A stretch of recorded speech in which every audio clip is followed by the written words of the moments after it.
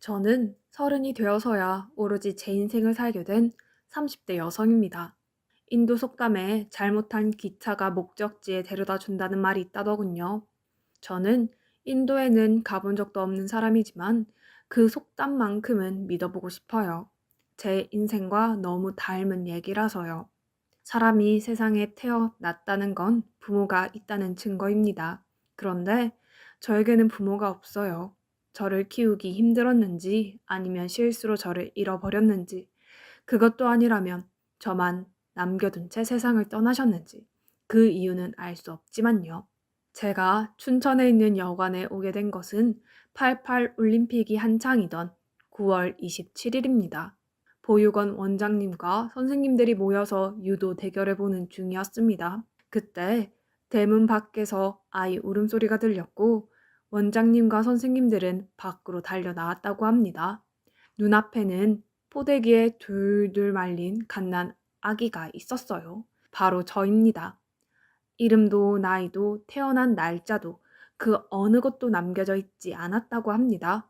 하는 수 없이 원장님께서는 제가 보육원에 들어온 그날을 제 생일로 만들어 주셨어요. 그렇게 제 생일은 1988년 9월 27일이 됐어요.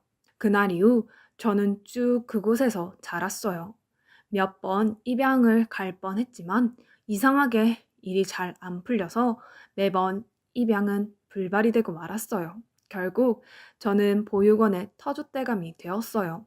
정 붙이고 살면 다 고향이라고들 하지만 그건 시설에서 살아보지 않았을 때 얘기입니다.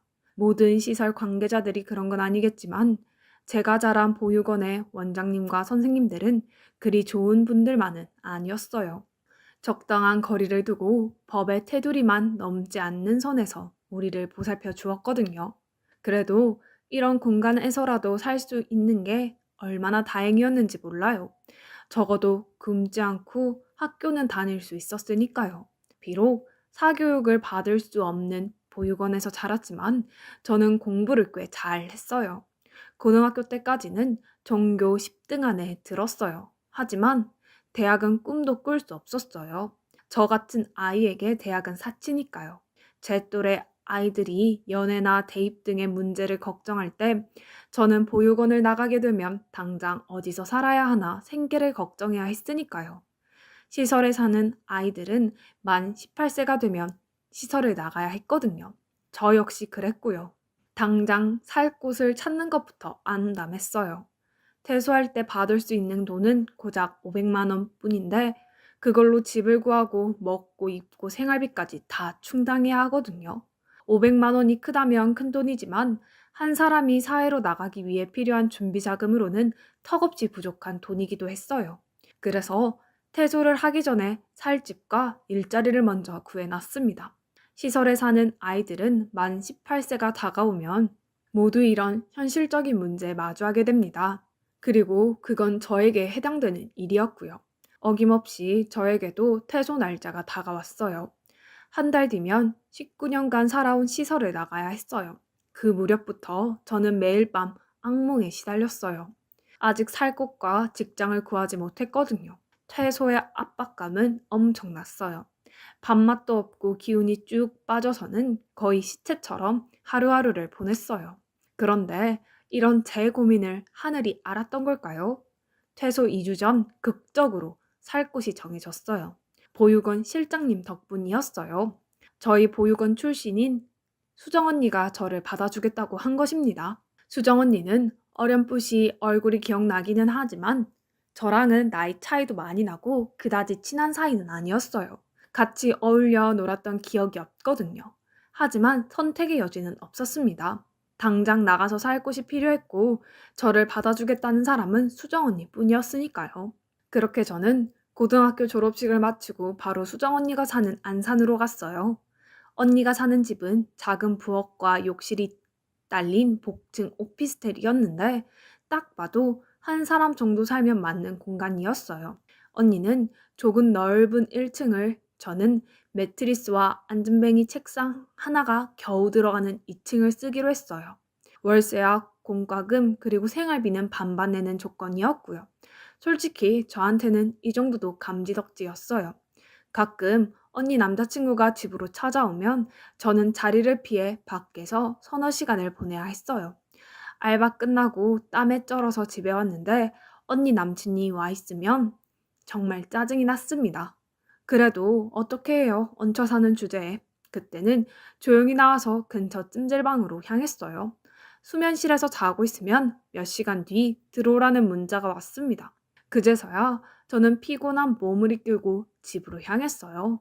그래서 언니가 남친과 헤어졌다고 했을 때 정말 좋았어요. 이제 찜질방도 안녕이구나 했습니다. 그런데 안타깝게도 얼마 안 돼서 언니는 다른 남자를 사귀게 되었고 여전히 종종 찜질방을 이용해야 했어요. 당시 저는 오전에는 편의점에서 일을 하고 저녁에는 고깃집에서 알바를 하고 있었어요.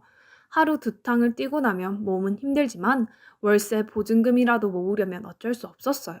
같이 사는 수정 언니는 근처 골프장에서 캐디로 일을 합니다. 보니까 벌이가 꽤 괜찮은 것 같더라고요. 게다가 일 특성상 비가 오면 일 안 나가고 그렇게 집에서 쉬기도 하고요. 그래서 처음 언니 집에 들어올 때 저도 언니 따라 캐디를 배우고 싶다고 했습니다.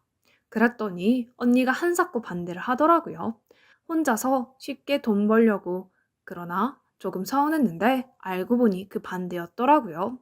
하루에 2만 부 이상 걸어야 할 정도로 힘든 일인데다 사람들 인식이 그리 좋지 않더라고요. 골프장은 주로 연세 있는 분들이 찾는데 어린 캐디들한테 반말은 기본, 함부로 대하거나 심지어 성추행을 하는 일도 다반사였고요.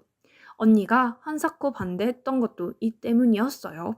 이제 막 고등학교를 졸업한 아이한테 그런 일을 당하게 하고 싶지 않았대요.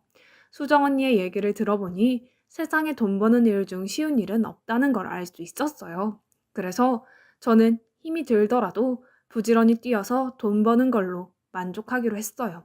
아무튼 그렇게 2년 정도 수정 언니 집에서 같이 살다가 언니가 남친과 결혼을 하게 돼서 그 집을 나오게 됐어요.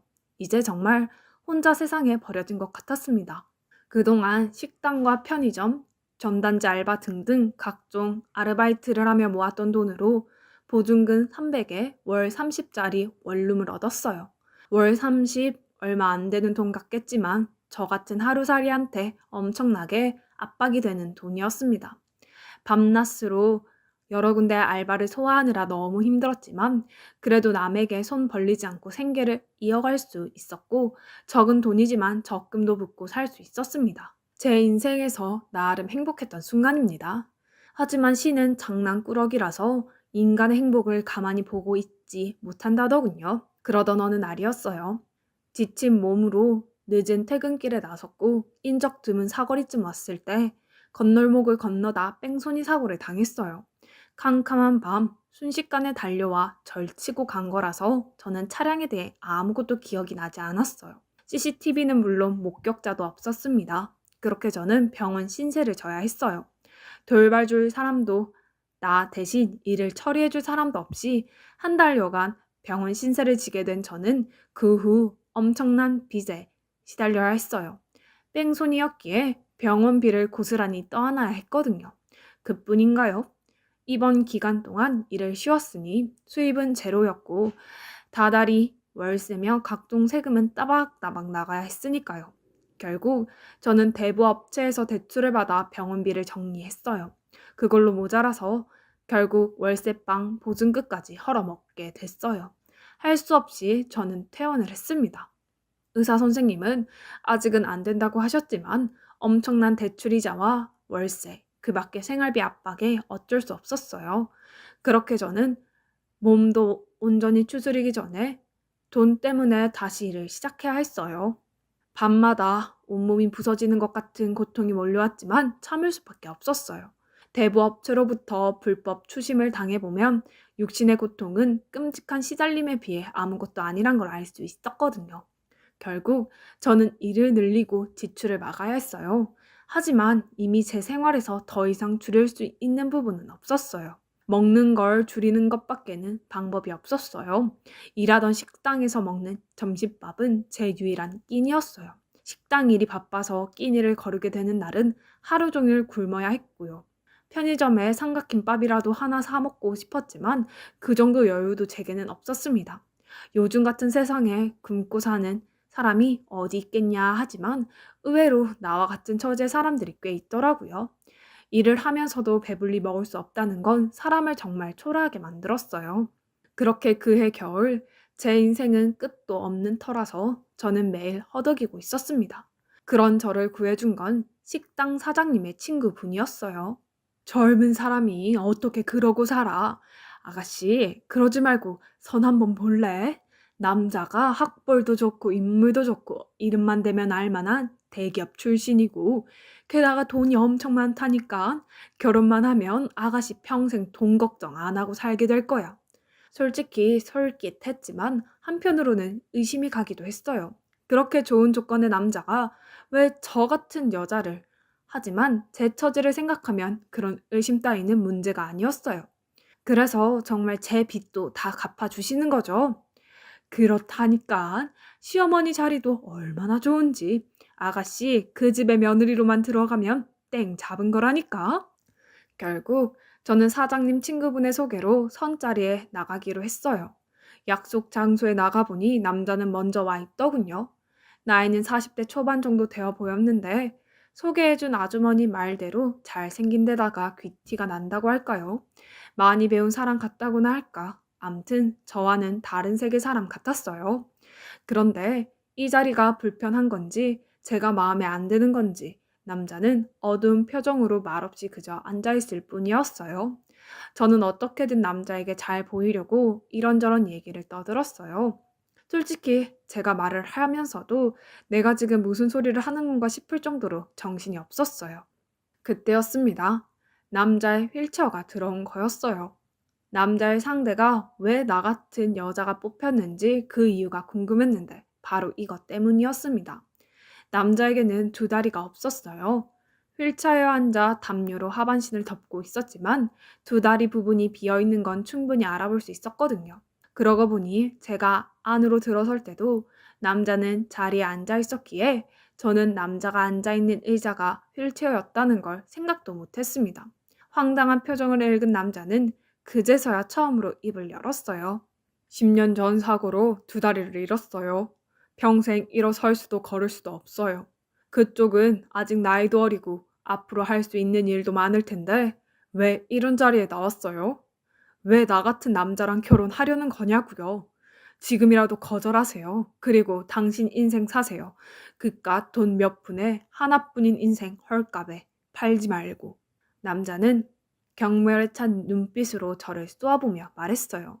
그런 남자의 시선을 온전히 받으며 저는 얘기했습니다. 저는요, 지금 단돈 100원이라도 준다면 저를 팔고 싶은 심정이에요.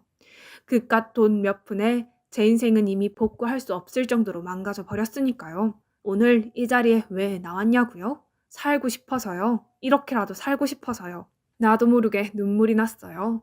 도대체 나란 인간이 왜 태어나서 이러고 사는 걸까? 난생 처음 보는 남자 앞에서 그간 내가 살면서 노력했던 모든 것들을 부정당하면서 차라리 태어나지 않았더라면, 그랬다면 이런 꼴도 보이지 않았을 걸 하는 생각에 감정이 복받쳐서 눈물을 멈출 수 없었어요. 휠체어에 앉아있던 남자는 그런 나를 보자 아무 말 없이 고개를 숙이더군요. 한참 뒤 저는 결심을 굳혔어요. 이 결혼 하겠어요. 이 지옥 같은 생활을 벗어날 수 있다면 저는 이런 결혼 10번이고 20번이고 할 수 있어요. 그러니까 어차피 여자가 필요한 거라면 제가 할 수 있게 해주세요. 제발 부탁드려요. 그렇게 처음 보는 남자한테 결혼을 할 거라고 말을 하고 집으로 돌아왔어요. 그리고 다음날 시어머니한테 전화가 왔고 이후 모든 일은 일사천리로 진행되어 얼마 뒤 남자의 집으로 들어가 살게 됐어요. 그리고 그해 겨울 23살 나이에 19살 연상의 남자와 결혼을 했어요. 남편은 어머니와 단둘이 살고 있었는데 엄청나게 큰 저택에는 이를 도와주는 도우미 아주머니도 간병인도 없었어요. 동네 슈퍼 아주머니가 그러시는데 며느리 드린다고 얼마 전 모두 내보냈다고 하더군요. 결국 저는 이 집에 일꾼으로 들어온 셈이었어요. 밥하고 빨래하고 청소하고 크고 작은 집안일들을 정리하고 거기다 다리가 불편한 남편을 대신해서 그를 씻기고 그의 다리가 되어주는 것까지 모든 게 제 일이었어요. 시어머니는 사람들 앞에서 세상 둘도 없는 천사표 시어머니였지만 사람들이 돌아가고 나면 전혀 다른 사람으로 변했어요. 폭언은 기본이고 때에 따라서 폭력도 행사했어요. 하지만 자신의 아들 앞에서는 이런 모습은 온데간데 없이 좋은 시어머니로 변했어요. 시어머니의 폭언과 폭력은 주로 남편이 올 수 없는 지하 창고나 주차장에서 벌어졌으니까요. 하지만 저는 이런 사실을 남편한테 알릴 수 없었어요. 왜냐하면 결혼 전 시어머니 앞에서 각서를 썼거든요. 어머니와의 사이에서 일어난 일들은 단 한마디도 남편한테 하지 않겠다고요. 약속을 어겼다가는 그날로 결혼 전에 받은 돈의 3배를 물어내고 집을 떠나기로요. 남편은 좋은 사람이었어요. 조용하고 늘 사색을 즐기는 사람이었어요. 책을 좋아해서 하루의 대부분을 서재에서 보내고는 했습니다. 처음에는 저랑 눈도 안 마주치는 사람이 언젠가부터는 제가 어머님 눈을 피해서 잠시라도 쉴 수 있도록 저를 데리고 외출을 하기도 했어요. 남편은 정말 따뜻한 사람이었습니다. 주로 미술관이나 한적한 호수 야외 카페에 가서 몇 시간씩 시간을 보내고 왔어요. 남편과 데이트를 즐기는 그 시간이 유일하게 어머님의 눈을 피할 수 있는 시간이었어요. 그러던 어느 날이었습니다. 원래 내 꿈은 미디어 아트 디렉터였어요. 제대하고 나서 유럽 배낭 여행을 떠났다가 독일 칼스루의 대학에서 열린 전시회를 보게 됐는데 심장이 두근거리더라고요. 그때 처음 영상 미디어에 관심이 생겼고 유학을 결심하게 됐어요. 갑자기 아버지가 돌아가시지 않았다면 아마 그 분야의 공부를 하러 유학을 떠났을 거예요. 아버지가 하시던 사업을 물려받아서 포기했지만요. 당신은 나처럼 포기하지 말아요. 하고 싶은 게 있으면 뭐든 얘기해요. 당신은 할 수 있어요.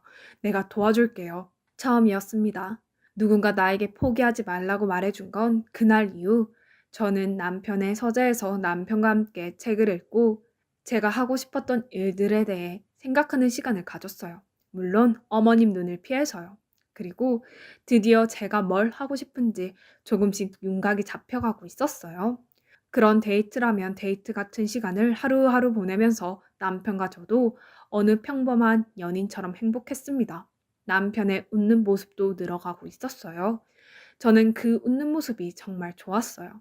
어느 날 남편이 좋아하는 우렁 된장찌개 끓이려고 마트에 들려서 장을 보고 돌아왔는데 집 앞에 경찰차와 응급차가 있더라고요.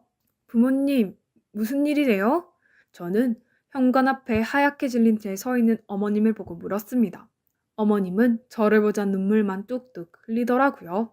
잠시 뒤 하얀 천에 덮인 채 집안에서 들것에 실려 나오는 건 제 남편이었어요. 집에 강도가 들었고 시어머니는 밖으로 도망을 쳤지만 남편은 강도의 손에 죽음을 당한 것입니다. 하늘이 무너지는 것 같았어요.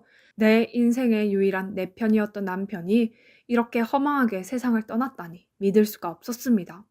하지만 저에게 닥친 시련은 이게 끝이 아니었어요. 남편의 장례를 치르자마자 어머님이 저를 부르시더니 말씀하셨습니다. 남편도 줄 거 없는 집에 네가 있을 필요가 있겠니? 어차피 넌 네 남편 간병인이었는데 네가 할 일은 끝났으니까 그만 나가라. 참 유산을 받겠다는 야무진 꿈을 안 꾸는 게 좋아. 니들 혼인신고도 안 되어 있으니까. 알아들었으면 당장 짐 싸서 나가. 어머니 제발 이러지 마세요. 당장 나가라고 하시면 제가 어디로 가요? 지금까지 그랬던 것처럼 집안일이라도 돕고 살게 해주세요. 저는 어머님 바지 가랑이를 붙잡고 사정을 했어요. 하지만 어머님은 매정하게 저를 내쫓으셨습니다. 결국 저는 돈 한 푼 없이 집에서 쫓겨났어요. 제 수중에 있는 돈이라고는 그달 생활비에서 쓰고 남은 돈 100만 원 남짓이었습니다. 제가 보육원에서 나올 때보다도 적은 돈이었어요. 그렇게 저는 짐 가방을 들고 다시 찜질방을 전전하고는 했습니다. 그리고 한 달 뒤 저는 다시 집으로 돌아왔어요. 어떻게 된 거냐고요? 찜질방을 전전하던 어느 날 전화가 한 통 왔어요. 시아버님 때부터 남편의 일을 봐주시던 김 변호사님이었습니다. 남편이 유언장을 남겼다는 겁니다. 모든 재산을 사실혼 관계인 저에게 남긴다고요.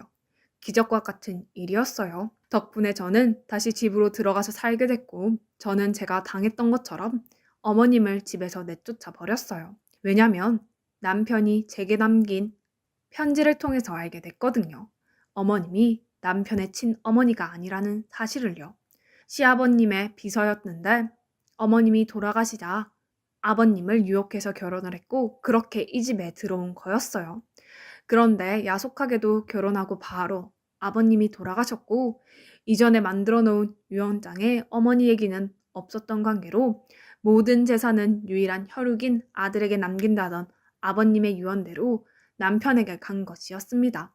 어머님과 사이가 안 좋았던 남편은 어머님을 내쫓으려 했지만 그때 교통사고로 하반신을 다치면서 그냥 함께 살게 된 거였고요.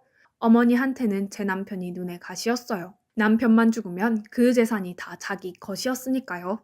그래서 길을 쓰고 결혼을 막아왔고 집안 어른들 때문에 그게 쉽지 않자 천의 고아인 저를 데려다가 며느리로 들이고 아들 병수 말에 집안일까지 부리며 살았던 겁니다. 솔직히 저 없을 때 집에 강도가 들었다는 것도 의심스럽지만 증거가 없으니 심증을만 가질 뿐이었어요. 다시 집에 들어가던 날 저는 어머님한테 처음으로 제 속에 있는 말들을 다 쏟아냈어요. 어머님, 이제 어쩌죠? 이 집에서 나갈 사람은 제가 아니라 어머님인 것 같은데요. 저랑 남편 혼인신고가 안 되어 있다고 남편 재산이 모두 어머님 차지인 줄 아시는 모양인데 제 남편 그리 허술한 사람 아닌 거 어머님도 아시잖아요. 김 변호사님한테 아직 연락 못 받으신 모양인데 이 집 그리고 남편 명의 부동산과 주식 그 밖에 은행 잔고들 모두 사실혼 관계인 제 앞으로 남긴다는 유언장을 남겼다고 하네요. 그런데요. 저는 어머님한테 당한 걸 이 정도로 끝내지 못하겠어요. 제 남편이 교통사고 당한 것도 그렇고 갑자기 강도손의 죽임을 당한 것도 그렇고 너무 의심스럽거든요. 솔직히 물증은 없어요. 그런데 심증은 가요. 저는 어머님이 제 남편을 죽인 것 같거든요. 그래서 이거 한 가지는 약속할게요. 저 죽을 때까지 어머님이 한 짓 밝힐 거예요. 그래서 어머님이 꼭 벌 받게 할 거라고요. 그러니까 절대로 죽지 마시고 제가 증거 잡을 때까지 구차하게라도 연명하고 계세요. 집에서 쫓겨난 어머님은 몇 날 며칠을 찾아와 집 앞에서 행패를 부렸고 저는 경찰에 어머님을 신고했어요. 결국 어머님은 접근 금지 명령을 받게 되었습니다. 저는 아직도 업체를 통해 남편의 죽음에 대한 진실을 밝히려고 노력 중이에요. 아직은 뚜렷한 물증이 없지만 언젠가는 밝혀질 거라고 믿고 있어요. 그리고 대학 진학을 준비하고 있어요. 사회복지과에 들어가서 공부를 해보려고요. 궁극적으로는 사회복지사가 되어서 저처럼 어려운 친구들을 돕고 싶거든요. 비록 저는 잘못된 기차를 타고 운 좋게 목적지에 도착했지만 그게 흔한 일은 아니잖아요. 제 인생은 제 잘못도 아닌데 태어날 때부터 잘못된 것처럼 살았어요. 그래서 저와 비슷한 처지의 친구들만큼은 제대로 기차를 타고 목적지에 도착할 수 있도록 돕고 싶어요. 그래서 인생의 가장 어두운 시기에 제게 찾아와 제가 인생을 찾을 수 있도록 도와준 남편처럼 저도 누군가에게 도움이 되고 싶으니까요. 지금까지 제 사연을 들어주셔서 감사드리고요. 여러분도 꿈 잃지 마시고 오늘도 견디며 꿋꿋이 살자고요.